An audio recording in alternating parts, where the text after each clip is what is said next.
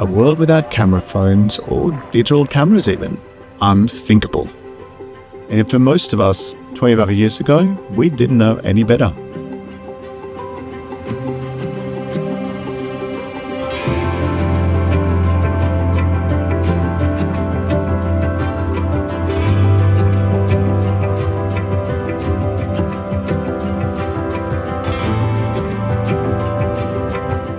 Hi everybody and welcome to The Flip Side. Today is a very special day.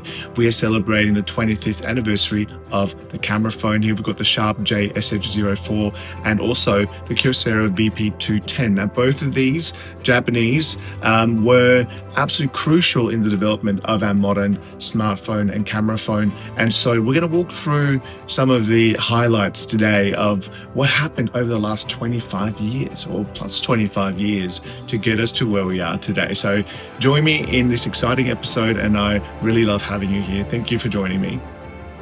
On the 1st of November, 25 years ago, Sharp released the J-SH04 to the general public as the world's first camera phone.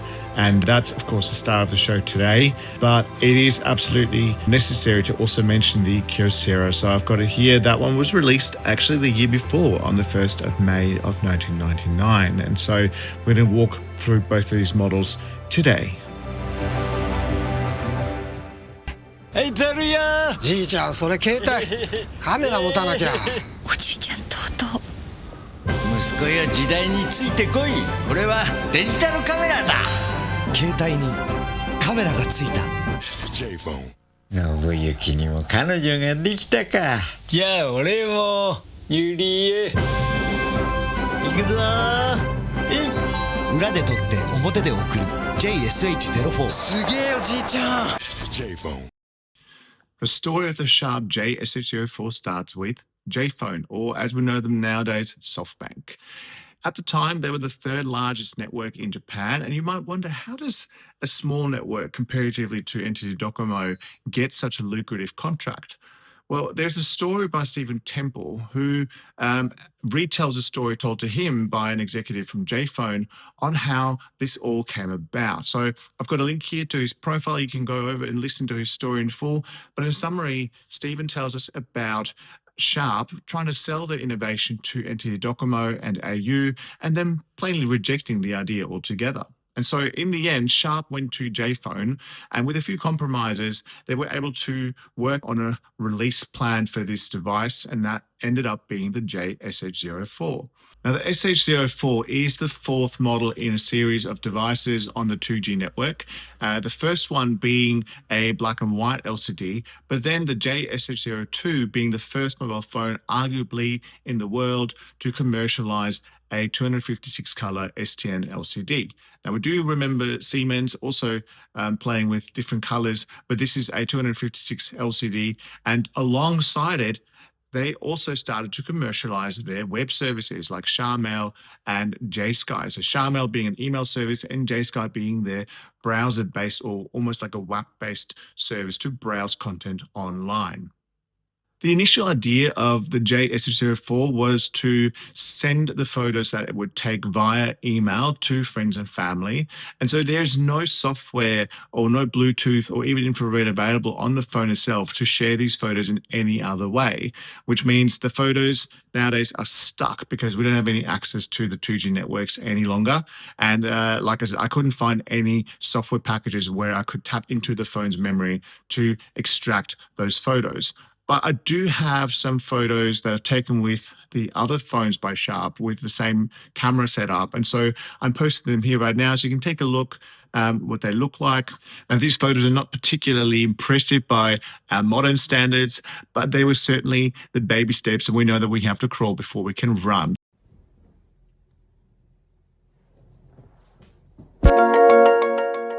So on the 1st of November of 2000, the SH04 released on J-Phone, but without much fanfare, or so it seems. So though the J-SH04 didn't get a lot of media coverage, Horin Takeyuki from the K-Tai Watch covered it in a lot of detail actually, just a week after the release. And in his final words he writes, "However, I believe that even if there were a device that was easier to use than the J-SH04, the fun of the camera function would more than make up for that. The use of take photos, view photos, and send photos will undoubtedly become a new trend in mobile phones. I encourage everyone to try taking photos with a built-in camera at a store and experience for themselves the fun of having fun with a camera. And how true those words ring 25 years later.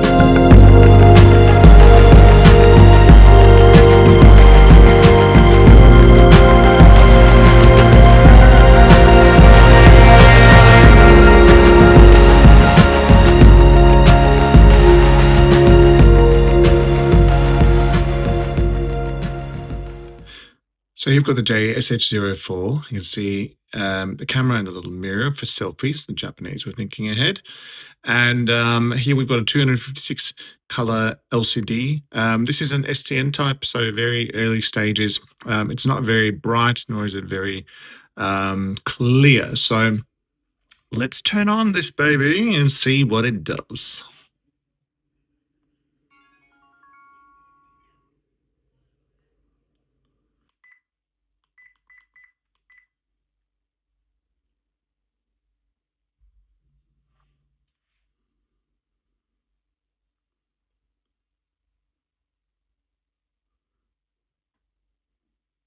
So you can see here we've got a viewfinder. We can take photos. There's a number of options. Now the menu structure is only in Japanese, so I can't read any of it, and it takes too long to figure out. Now it's not a very good screen, as I said. We can take the photo and save it. Okay. But so that's in essence how it works. Very straightforward. Now we have the SH06 here as well. Now they're basically the same type of phone. The buttons have been upgraded, as you can see. The screen has been upgraded to a 65,000 color TFT, and the camera is the same. Okay, so you can see here in the back, same everything. And so if we turn this on, we're going to get a bit of a clearer view of. Come on. Hello. Okay, I'm going to have to try the other battery because batteries at 25 years old don't last very long. So, SH06, very much the same. I think it's got a slightly updated firmware in there or graphics.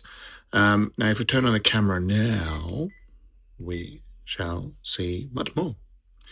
You can see we have a slightly better camera screen. The camera quality is exactly the same, but we have a better view of what's happening. So there we go. We can save that. And the same here with the menu. Everything's just in Japanese. And yeah, I don't read Japanese. And I do not believe that these phones came with English menus. So they were Japanese only until Vodafone took over. And then we also had some English on the new phones.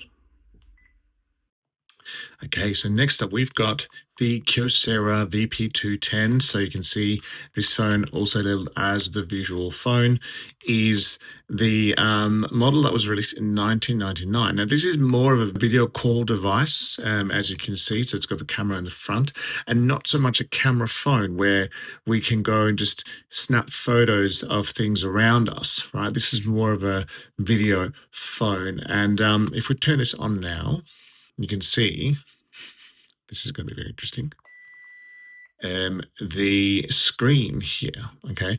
Now, there's no backlight on this screen. It basically requires a light source, a bit like an old Game Boy Color, if you guys remember those. And so we have the visual phone. Again, this is just in Japanese. There's no English as far as I can tell. We have the camera function here. You can see me there. And the menu is here. So I think I have to use these buttons to go down. And let's go back. this is probably going to be the camera function we want. So here you can see me in my iPhone reflecting, and we can snap a photo of us, of course. So yes, we want that.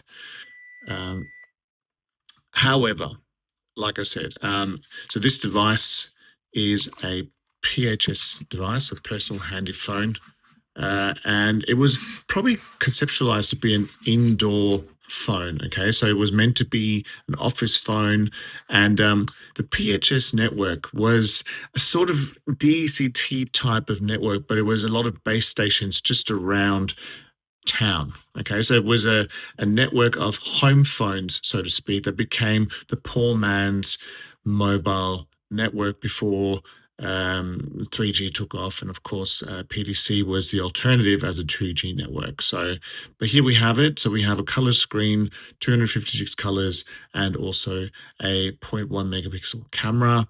And of course we were able to make phone calls with this, probably not anymore today, but that is the first phone in the world with a camera, so to speak, but we're not calling it a camera phone. Even though the VP210 is technically the world's first video phone, it didn't really sell that well. So I think this was not a major commercial success. And so when FOMA released in 2001, the Matsushita P-2101V was the world's first 3G video phone, released in 2001. You can see here we have a little camera, and this is the successor, or this was the model that was the first sort of video phone that was going to be used widely and also on the 3G network, so with improved frame rates. I believe the VP210 was 2 frames per second. And this one here was between 10 to 15 frames as per the 3G standard. So you can see here we've got a camera, and we can of course go. So you can see now here on the FOMA we have an English menu, so it is possible to use this as a foreigner. You can see here there's the camera, and you can of course twist this camera to take photos of things around you. But this, for some reason, is upside down. Very strange. But yes, as a video phone, absolutely doable. Now, there is no SD card slot in here. It's also quite a chunky handset. Both of these are, and there's about 1.5 years between these. But you can see these are very much camera phones in their own right, and together with the Sharp J-SH04, these are all sort of the predecessors of our modern smartphones and camera phones. So yeah. And so here we have them. So whether we are looking at a video phone from 1999 or the dedicated camera phone from 2000, both of these deserve the spot as first camera phones in their own rights. But like I said, the true camera phone in the sense of being able to snap things around you, that title goes to the Sharp J-SH04, simply because it was conceptualized as a phone that would take photos. Okay, so given that the viewfinder was the screen, and we have this little setup here is where the Kyocera VP210 was really a video call device, and not so much a digital camera as we would use them today. But here we have them, 2 absolutely amazing inventions, and these 2 ushered in the era of the camera phone.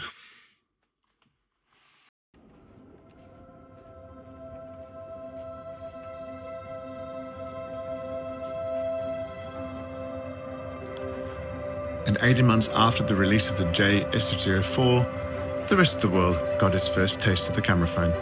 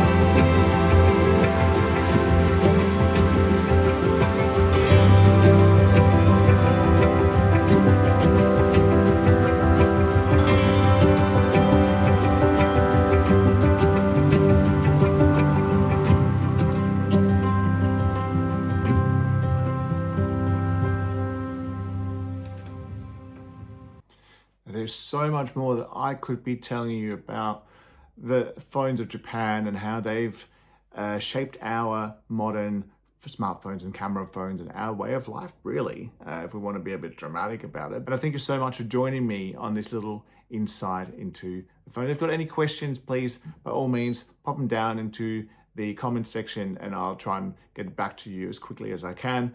And hit that subscribe button for me, please. That helps me a lot so I can produce more and more of these videos. It does take a little bit of time, but I do love it and I hope to show you much more of the collection that I have for you. So thanks again and see you soon.